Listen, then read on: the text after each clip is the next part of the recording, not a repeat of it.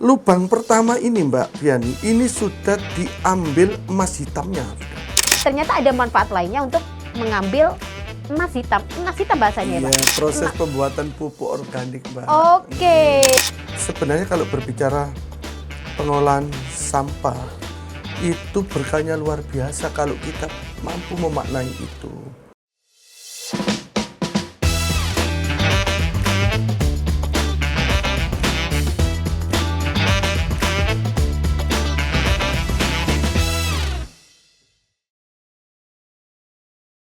Halo Sobat JP Pos, jumpa lagi di program Jawa Pos Podcast bersama DPRD Provinsi Jawa Timur. Berbicara soal podcast, selalu banyak isu-isu menarik yang berkaitan langsung dengan masyarakat. Yang pasti insya Allah akan bermanfaat. Lagi-lagi kita kedatangan tamu dari Malang Raya. Siapakah sosok beliau? Bagi masyarakat warga Malang Raya pasti sudah kenal dengan sosok yang satu ini, Pak Siadi. Terima kasih Mbak. Dari fraksi Golkar Komisi D. Kalau di episode sebelumnya sudah dijelaskan bahwa beliau ini adalah spesifiknya di bidang pembangunan ya Pak ya, Komisi D. Wah, berarti bangun terus. Bangun. Apa yang perlu dibangun lagi Bapak di Malang? Kan Malang sudah berkembang menjadi salah satu wilayah penyumbang PAD yang tertinggi dan sudah semakin dikenal gitu Pak. Apa yang masih perlu dibangun lagi masyarakatnya ya Pak ya. Kalau infrastruktur sudah, marilah kita membangun SDM masyarakatnya agar tidak berdampak terhadap lingkungan. Berbeda di episode sebelumnya kalau kita membahas soal konektivitas terkait dengan transportasi. Kali ini di episode kali ini kita akan membahas tentang pentingnya peran masyarakat dalam menjaga lingkungan guna mengantisipasi bencana alam. Kalau kita ngomong Malang Raya ini sepertinya atmosfer masyarakat itu selalu tidak pernah sepi. Bagaimana Pak untuk kesadaran masyarakatnya terkait menjaga lingkungan nih Pak? Terima kasih Mbak Viani. Kalau sudah berbicara lingkungan, ini sebenarnya ya banyak pihak harus ikut terlibat dan ikut bertanggung jawab nih Mbak. Pemerintah, pengusahanya, masyarakatnya, semua harus bahu-membahu untuk bersama-sama bagaimana menjaga lingkungan ini supaya lingkungan ini tetap bersih, asri, nyaman. Ya berbicara lingkungan itu Mbak, bagi saya pribadi loh Mbak, ada makna yang cukup saya yakini dan itu menurut saya mendalam lah bagi saya. Sepanjang kita masih peduli dengan lingkungan, insya Allah Mbak, kita ini akan mendapatkan berkah yang luar biasa. Karena berbicara lingkungan, itu tidak bisa lepas dari berbicara masa depan generasi yang akan datang ini Mbak. Pasti kita nggak bisa berbicara lingkungan hanya untuk diri kita, untuk anak kita, tapi ini untuk sampai cucu-cucu kita. Lingkungan ini pasti dibutuhkan. Maka dari itu, Mbak, kadangkala ada keprihatinan begitu melihat apa lingkungan kita ini pencemarannya, terutama yang ditimbulkan dari tumpukan sampah yang ada di tempat pemungutan akhir, itu tidak ada keseriusan dalam rangka pengelolaannya. Yang jelas Mbak, begitu sampah ini ditaruh di TPS lebih dari 3, 4 sampai 5 hari, baunya ini sudah menyengat lingkungan. Otomatis Mbak Viani, lingkungan itu mau nggak mau udaranya pasti tercemar. Limbah bau itu. Lah, kalau itu dibiarkan, ya sama saja kita membiarkan tetangga, lingkungan kita, warga kita itu ya kena dampak dari penyakit itu bengek sendiri. Pak. Bahasa Surabaya bengek. Asma dong. Iya Mbak. Makanya Mbak Viani, provinsi ini sudah ada peraturan daerah yang memayungi tentang pengelolaan lingkungan, Mbak. Tapi saya masih berharap ini bisa disambut oleh seluruh daerah, kabupaten, kota untuk menjabarkan dan menindaklanjuti tentang perda pengelolaan lingkungan ini. Karena kalau perdanya ada, tapi ternyata ya yang ada di bawah ini acu tak acu, ya perda itu ya sebagai sesuatu yang tanpa ada manfaatnya, Mbak Viani. Layaknya buku di perpus lah, Pak. Nggih. Makanya Mbak Viani, saya mengikuti betul terhadap kelompok-kelompok peduli lingkungan yang ada di Malang Raya. Bahwa pengelolaan lingkungan dalam bentuk pengelolaan sampah regional itu, Mbak, di Malang Raya, itu kelihatannya yang punya semangat, ya di samping pemerintah hadir sebagai pendamping, itu kelompok-kelompok peduli lingkungan, Mbak. Ada, Mbak Viani, di kabupaten itu istilahnya menamakan kelompoknya ini Ngalam Bosbeng, Bank Sampah Malang. Oh, wolak-walik, bahasa Wolak-walik, wolak-walik. nggih. Iya. Bahasa Malang kan memang bahasa wolak-walik, Wolak-walik Mbak. ya. Nggih. Apa Pak? Tadi Pak? Ngalam Bosbeng. Ngalam Bosbeng. Ya, Oke. Jadi itu, Mbak, yang bergerak di bidang itu murni masyarakat yang selama ini mandiri, dari sisi semuanya mandiri. Bahkan yang namanya bank sampah itu sudah memiliki jejaring kepengurusan, Mbak Viani, yang ada di masing-masing kecamatan. Yang di kecamatan itu namanya koordinator bank sampah kecamatan. Terus, Mbak, ada lagi yang sampai di tingkat RT RW. Di situ namanya direktur bank sampah. Jadi mendapatkan sebutan yang seperti itu bagi saya, Mbak, bisa diterima secara ikhlas, gak ada apa-apanya, kan luar biasa. Mereka selalu memilih, bahkan melakukan pemrosesan yang ada di sana. Harapannya melalui peran mereka itu, Mbak Viani, perda yang ada di provinsi itu bisa dijalankan. Pengurangan sampah sama pemrosesan akhir. Dan ini mandiri, Mbak. Mandiri. Makanya saya berharap melalui saya ketemu dengan panjenengan ini, moga-moga provinsi pendampingannya lebih semangat lagi untuk mengingatkan kabupaten kota yang ada di wilayah Jawa Timur. Persoalan sampah itu bukan lagi persoalan regional, nasional, tapi ini sudah persoalan global, Mbak. Kalau ini tidak mampu diselesaikan dari sumbernya, ya pasti lingkungan kita ini sudah tidak lagi sehat. Saya tertarik dengan penyebutan di tingkat RT. Justru di tingkat RT disebut dengan Direktur Bank Sampah. Mohon maaf ya Pak ya, kalau misalkan di dalam struktural organisasi atau struktural pemerintahan mungkin tingkatan RT ini kan paling bawah karena menyentuh di paling bawah dengan masyarakat. Tapi ini justru menarik, tidak ada RT RW, tidak ada masyarakat, tidak akan terbentuk pemerintahan. Benar ya Pak ya? Benar. Wajar itu Pak, bagus sekali. Direkturnya berarti ada di bawah. Di bawah sendiri, Mbak. Itu benar sekali. Kalau itu saya setuju Pak, tertarik juga, bagus juga ternyata ya, karena mereka juga kita bisa tumbuh. Nah, tadi kalau saya garis bawahi, ketika masyarakatnya sudah berkontribusi, sudah sadar, sudah membentuk sebuah organisasi untuk bersinergi menjaga lingkungan. Tapi pemerintahnya dikategorikan lambat merespon gitu Pak, mungkin bahasa saya terlalu jahat nggak?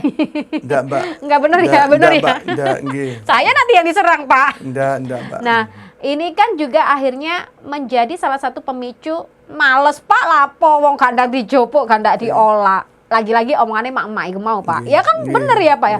Kita sudah wis kesel-kesel ya, milah-milah ternyata gak ndang disupport, gak ndang dijopok ya lapo wis jarno tak jarno. Ngono lho Pak, bosone Pak, wajar lho Pak.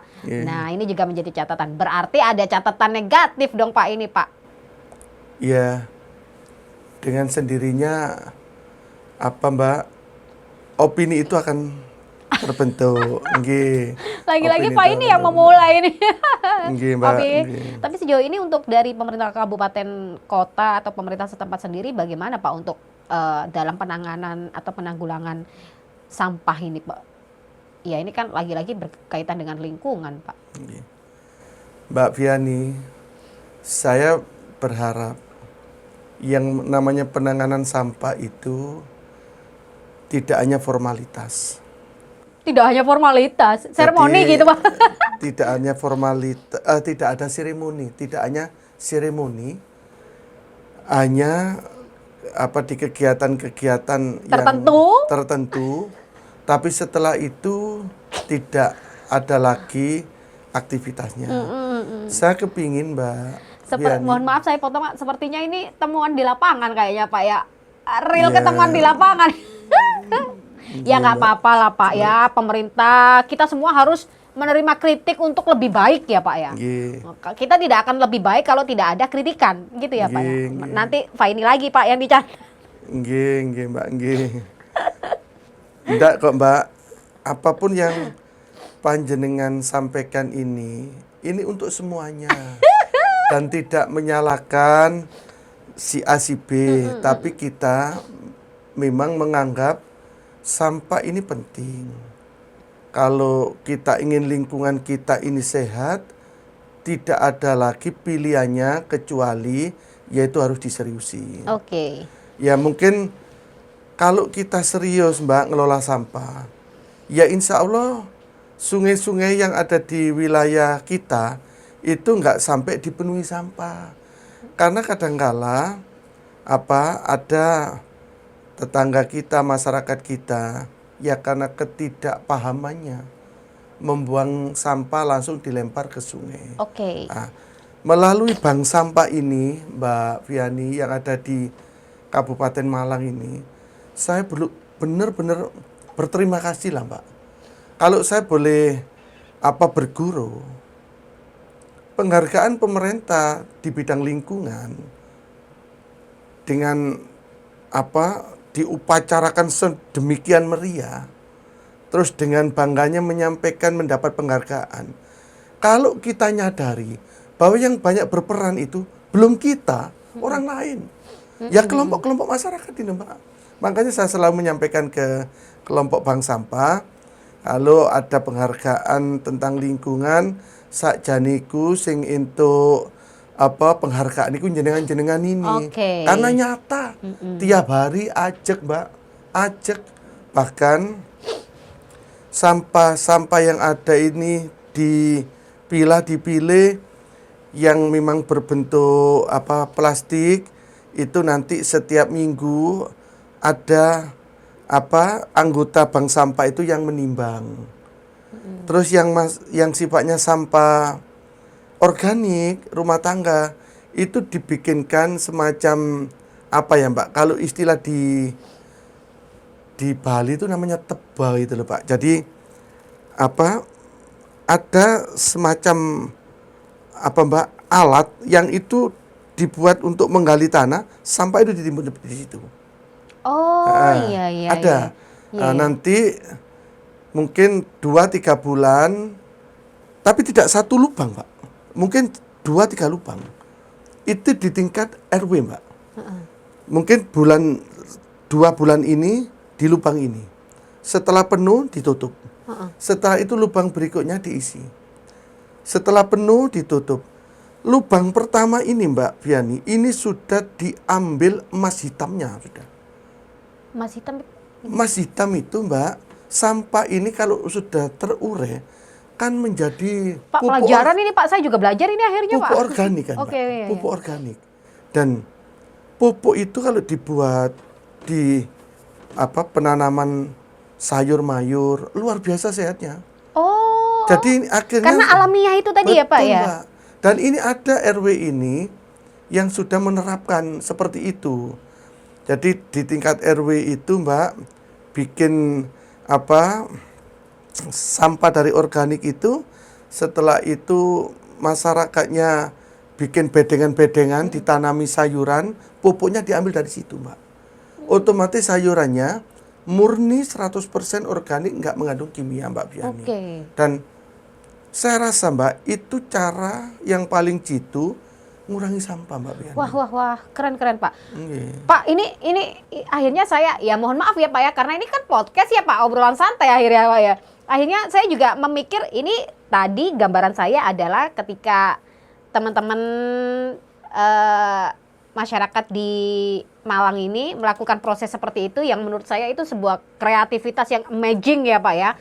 Memanfaatkan daur ulang, bisa didaur ulang, terus bekas-bekas sampah rumah tangga ditanam. Saya mikirnya malah itu justru menambah dan memperkuat konstruksi tanah untuk mengantisipasi juga goyangan ya Pak.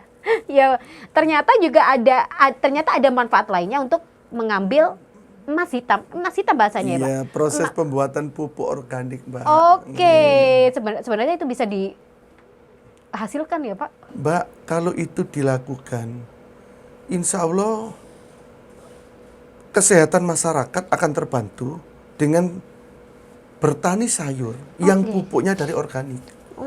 Selama ini, Mbak Viani, yang namanya anak kena stroke itu usia SD itu udah banyak.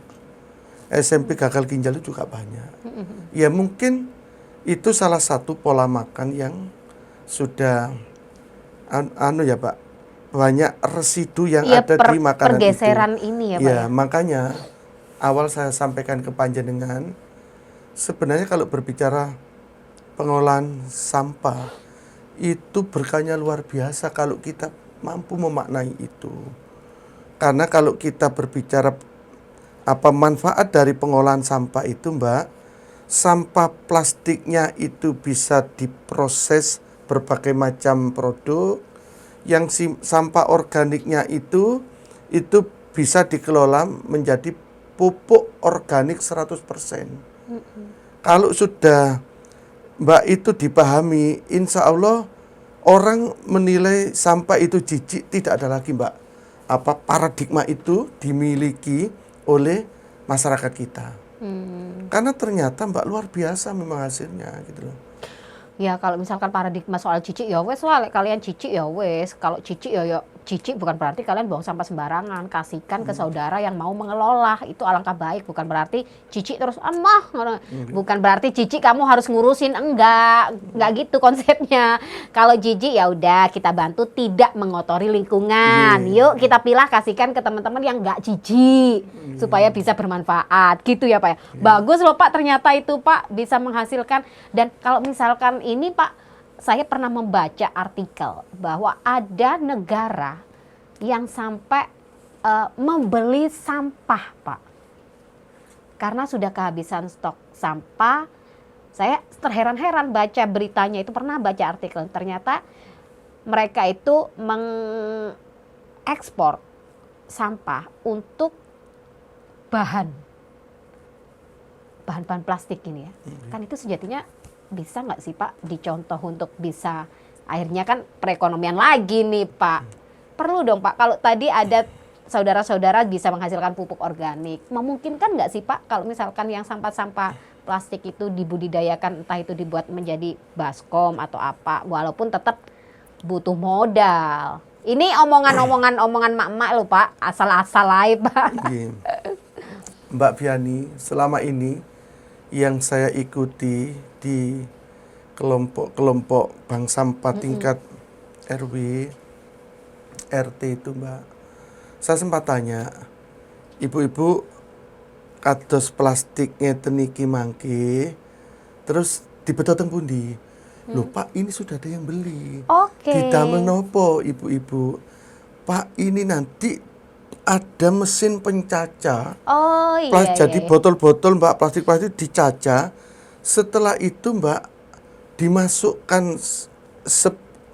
ke alat itu yang sudah Mbak meleleh. Lah, lelehannya itu Mbak berbentuk butiran kecil-kecil. Mbak, ternyata itu bisa diproduk kembali untuk botol-botol yang harganya mahal. Oh Itu iya. satu Mbak. Ada lagi yang di Kecamatan Pakis, Mbak Yani. Di salah satu RW itu Mbak membuat paving block itu. Oh iya, Itu iya. itu dari sampah plastik loh Mbak. Oh iya, tahu Pak, tahu Pak. Nggih. Itu bukan paving Pak, tackle. Tackle. Tackle ya, saya beli soalnya. Nggih. Tackle, Saya beli, Mbak. Pak, beli. Nggih. Tackle. Ternyata Mbak, Kreatif. ini juga permintaannya luar biasa. Jadi maka dari itu Mbak, yang kita sebut sampah itu di balik itu ada nilai yang luar biasa ekonomisnya.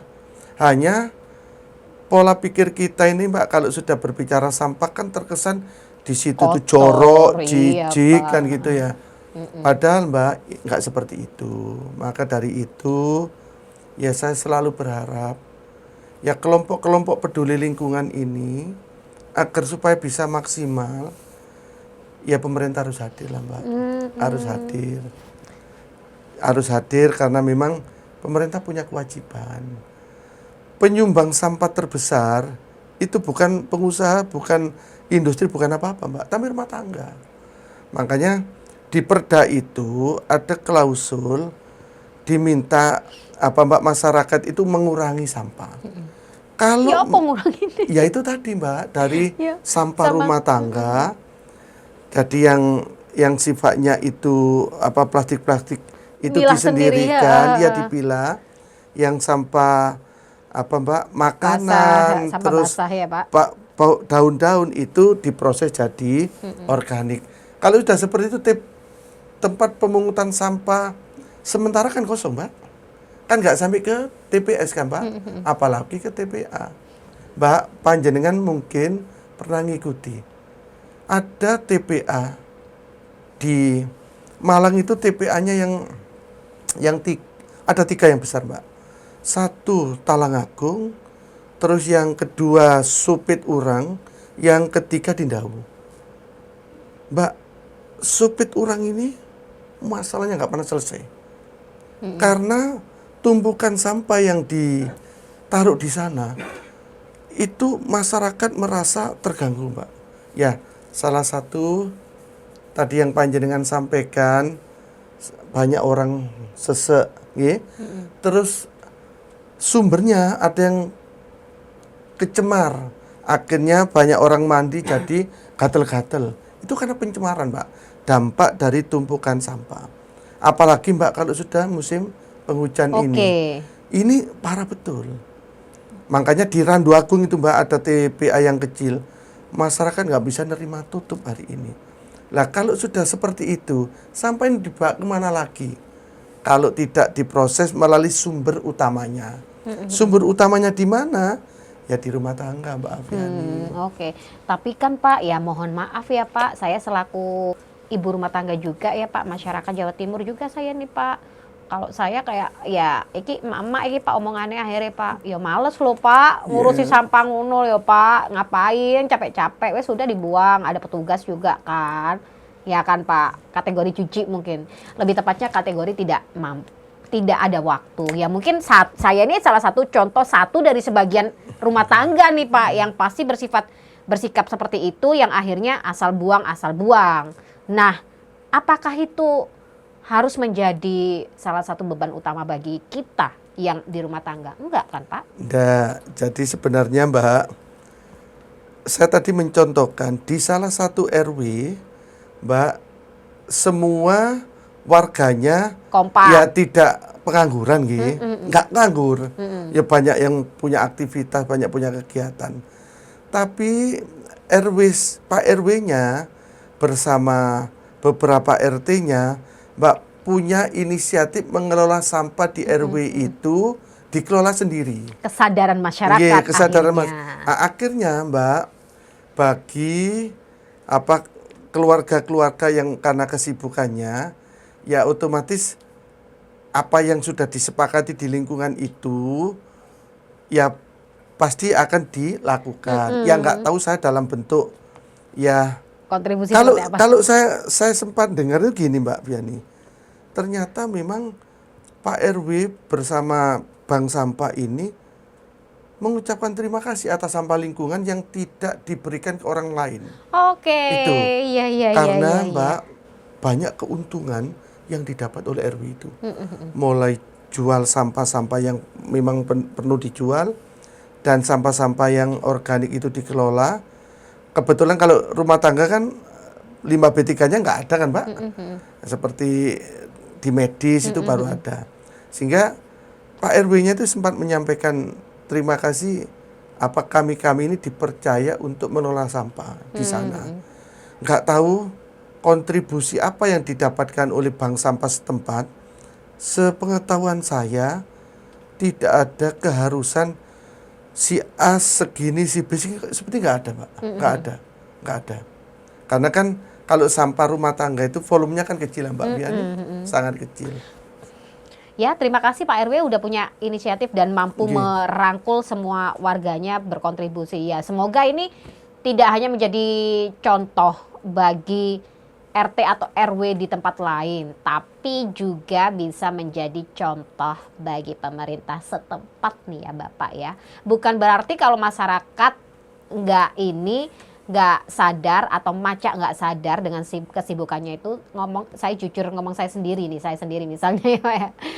Itu bukan menjadi polemik juga. Nah, kayak kasus yang disebutkan jenengan tadi, tidak akan ada penumpukan sampah yang berdampak ke masyarakat lainnya. Alangkah baiknya ketika ada TPA, tempat pembuangan akhir sampah ini. Ini kan kalau sudah terlanjur ada di situ, seharusnya ini juga bisa dibawa ke situ dong Pak. Contoh-contoh seperti ini. Mohon maaf, mungkin saya asal sok pinternya saya mencontohkan ketika sudah ada TPA bukan berarti ini menjadi tempat pembuangan aja. Tapi alangkah baiknya memberikan wadah para yang mungkin kategori jijik ini ya Pak ya. Ada di situ, mungkin ada perkumpulan yang mengelola sampah di situ. Memungkinkan nggak sih Pak? Mbak Viani, kalau di tempat pembuangan akhir, biasanya kan ada yang dikoordinir oleh kelompok, ada yang dikoordinir oleh pemerintah setempat. Tapi selama ini yang saya lihat, ya mohon maaf barangkali saya salah, tumpukan sampah itu dari waktu ke waktu nggak pernah berkurang, tapi bertambah iya. Sehingga sampai akhirnya begitu timbul persoalan yang sudah tidak ada lagi solusi, keputusannya sampah ditutup. Oke. Contohnya di Jogja Mbak, Lempuyangan, itu kan ditutup itu kan, sampahnya pembuangan akhirnya ditutup. Terus dengan ditutupnya pembuangan akhir itu, saya belum melihat ya Mbak, apakah ada proses lebih lanjut atau hanya dibiarkan begitu saja sampai sampah ini ibaratnya membusuk. Dan itu kan butuh proses lama Mbak. Karena mengurai apa tumpukan yang seperti itu, kalau kita tidak mampu menciptakan bateri pengurai sampah itu, ya pasti jadi tumpukan dan bau aja Mbak. Maka dari itu, ya kalau saya sih Mbak, kalimat dengan tadi saya itu ada yang tertarik dengan macak sibuk itu loh. Tapi insya Allah nggak ada yang macak sibuk Nggak itu. ada. Ya mungkin Kalau niat Pak. mungkin ya karena memang kesibukan realnya seperti itu. Makanya tidak ada lagi Mbak terkait pengelolaan sampah regional, memang harus serius Mbak. Saya berharap kalau sudah berbicara lingkungan ini, tipu-tipunya dikurangi gitu loh Mbak. Jadi tipu-tipunya dikurangi sehingga yang terjadi ini aksi nyata gitu loh Mbak. Dan real ngono lho Mbak. Maksud saya itu Permin- saya tuh kepengin itu saja sebenarnya. Oke, ini ngomong barusan nyinggung pemerintah ya Pak ya. Saya melanjutkan ini tadi saya. Kenapa? Ini pertanyaan para emak-emak mungkin yang asal nyeplos ngomong. Lapo sewu ono TPA wis karo dipungut ya cek ngelola kono. Tadi sudah dijawab nih, tidak semudah itu. Kalau sudah datang ke TPA tempat pembuangan akhir sampah ini ya, sudah menumpuk, proses pilah memilahnya itu tidak semudah kita komentar. Layaknya mulut netizen ya kan.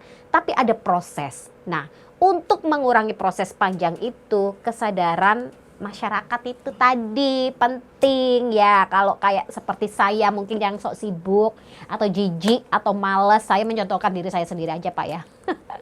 Ya setidaknya jangan tambah memperburuk kondisi, mencemar lingkungan. Yuk cari di mana kalau misalkan ada. Ya ada yang melakukan bank sampah, kita kasihlah, kita antar ke sana ya Pak ya. Setidaknya bisa mengurangi volume tumpukan sampah di TPA. Nah, catatan lagi dari Pak Siadi ya? Siadi ya Saidi? Siati. Pak Siadi. Iya. Dari Pak Siadi, pemerintahnya juga jangan hanya seremoni pembukaan selesai, tapi eksekusinya gimana ya Pak ya. Nah, itu. Ada catatan lagi Pak yang perlu dikritisi untuk memotivasi. Kritik memicu motivasi ya Pak. Iya, saya berharap Mbak, memang pengelolaan sampah yang dikelola oleh kelompok-kelompok masyarakat ini kan sangat keterbatasan ya Mbak. Ya, mudah-mudahan pemerintah juga support dalam bentuk peralatan yang dibutuhkan. Karena saya pikir tidak ada lagi Mbak, kecuali memang ini diseriusi. Kalau hanya mengandalkan kelompok kecil-kecil yang ada di RT RW dengan keterbatasan semuanya, ya kurang maksimal. Mereka sudah punya niatan, jadi pemerintah ini memberikan dukungan dalam bentuk peralatan yang dibutuhkan. Sebagai bentuk reward nih ya, Iya Mbak, membantu. itu. Oh. Ada Iya, lagi Mbak. Pak? Saya pikir kalau itu dilakukan oleh pemerintah, Mbak, otomatis ini gayung bersambut. Gayung bersambut. Dan pemerintah harus selalu hadir, Mbak. Tidak hanya memberikan bantuan setelah itu dibiarkan, enggak. Karena kan pembagian tugas kewenangan apa di pemerintah itu sudah ada ya Mbak. Yang ngurusi sampah itu ada, yang ngurusi jalan ada, yang ngurusi kegiatan sosial ada. Ya ini harus ajak. Jangan musiman. Mendekati lomba, tahu-tahu masyarakatnya di apa ya Mbak, diobrak-obrak untuk menyiapkan itu. Hanya pada saat ada momen-momen itu. Ya seremonial harus dikurangi Mbak hari ini. Kalau kita ingin nyata, ingin apa yang sebenarnya, seremonial dikurangi. Harus sering sampean ajak Pak, turun. Mbak, Komisi D insya Allah punya kepedulian itu. Enggak maksudnya Jadi, yang berkaitan ini Pak, pemerintah yang berkait, maksudnya Ya. sering diajak, ayo Bu, cek ngerti dewe ngono lho. ya selalu kita ingatkan Mbak Fiani. Bener gak sih? Bener gak sih Pak saya ngomong Pak? Ya, nggak ada yang salah, panjenengan nyampaikan. Bener 100% itu. Ya ini menjadi catatan karena kasihan juga nih direktur sesungguhnya bank sampah yang berperan berkontribusi itu segala pencemaran, segala nasib lingkungan itu ada yang paling bawah yaitu direkturnya. Bank sampah. Nah, ini perlu dong diperhatikan berkat para masyarakat yang berkontribusi, punya kesadaran tinggi untuk menjaga lingkungan, ini juga harus diaceni katanya Pak Siati tadi. Ya wajar, makanya saya mengapresiasi nih Pak. Ada penyebutan direktur itu cocok karena ini bentuk pahlawan lingkungan nyata ya Pak ya untuk berkontribusi menjaga lingkungan. Nah, peran pemerintah ini harus benar-benar serius untuk memantau agar menumbuhkan direktur bank sampah di lainnya bisa menjadi pilot project yang secara otomatis akan menjadi kerja nyata dinas terkait, dalam hal ini dinas lingkungan hidup terkait, bahwa di wilayah ini loh kita berhasil menekan angka pencemaran. Ya kan Pak, kalau yang baik gini kan bagus-bagus juga pemerintahnya juga bagus ya Pak. Pak Siadi juga benar, bagus. Ada pesan lagi Pak mungkin sebelum kita tutup podcast kali ini Pak? Ya, saya berharap berbicara lingkungan ini ada apa Mbak? Ada nuansa ibadahnya. Oke. Kalau kita kepingin besok saatnya kita sudah dipanggil oleh Tuhan, kita ada keringanan dari aktivitas kita semasa hidup ini, ya tidak ada lagi pilihannya. Kita memang harus menjadikan lingkungan ini menjadi bagus, menjadi asri, karena ini bagian dari amal ibadah yang tidak akan pernah terputus pahalanya. Sementara itu matur suwun Mbak Biani. Singkat, jelas, padat. Terima kasih Pak Siyadi atas waktunya. Semoga ada kesempatan lain ya Pak ya, walaupun tidak hanya di podcast tapi di studio Jawa Pos TV nih Pak, untuk berbincang-bincang lebih panjang lagi membahas soal lingkungan. Ini memang sangat menarik karena berkaitan untuk jangka panjangnya, dan semoga ini dari podcast kita kali ini bisa mendapatkan makna positifnya bagi masyarakat dan khususnya pemerintah agar lebih hadir, lebih dekat lagi mengetahui bahwa ada loh masyarakat yang benar-benar peduli dan berkontribusi untuk mengantisipasi terjadinya bencana akibat sampah. Nah, saya Nurul Faini beserta segenap kru yang bertugas mengucapkan terima kasih dan sampai jumpa di episode selanjutnya.